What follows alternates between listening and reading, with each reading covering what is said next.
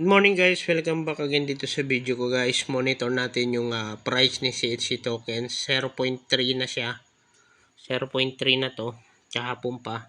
Medyo bumagsak kasi yung market ngayon. Yung crypto, yung BNB bumaba. So yung price niya pa rin, stable pa rin. Pataas pa rin.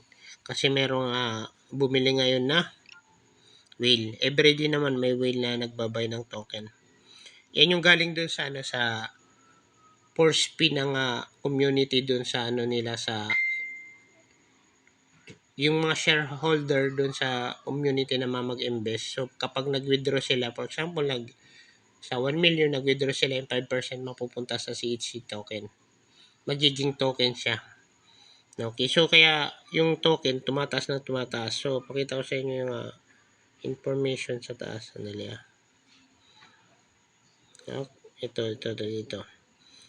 Information niya, yung total market cap is 28 million 28.93 million, tapos liquidity 220.30k, total supply 967.44 billion. So 1 trillion to. So pabawas yung 92 billion dyan sa yan, nasa developer yata yan, kasi gagamitin yun for future project, like yun sa mga dApps. Mayroon silang project sa dApps.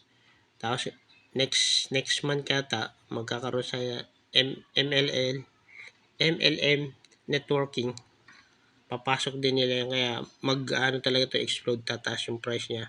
Yung market cap this coming February pa sa CMC at saka sa CoinGecko. Makikita na yung circulation, tapos volume 6.16k, tapos yung holder 664. Ngayon ako mag-update, ngayong araw na to, everyday ako mag-update para ma-trace natin at saka ma-monitor.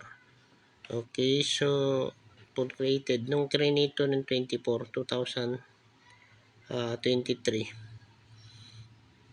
Full WBNB 366.55 sa BNB na yung WBNB price.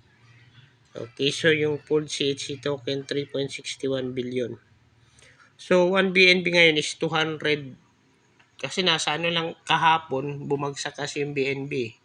310 yung last na price na mataas na BNB, US dollar.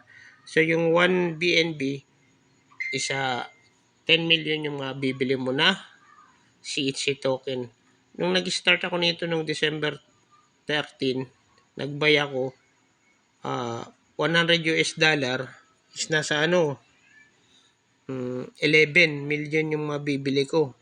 Ngayon magkano na yung 100 US dollar lang yun nasa 5,000. So times 3 nun.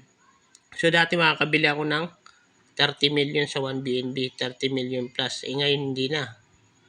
Kung yung 100 US dollar, hindi na ako makakabili ng 30 million. Nasa 3 na lang.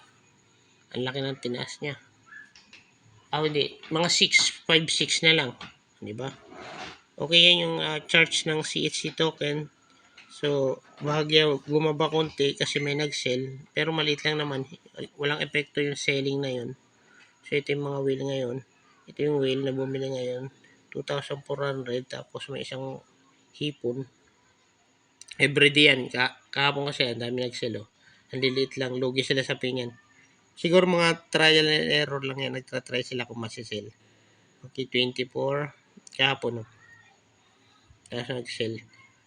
Trial and error lang nila. Yung iba dyan nagtatry, tapos may planong bumili na mas malaki. Pwede naman kasi masell na natin sa Pancake Swap anytime.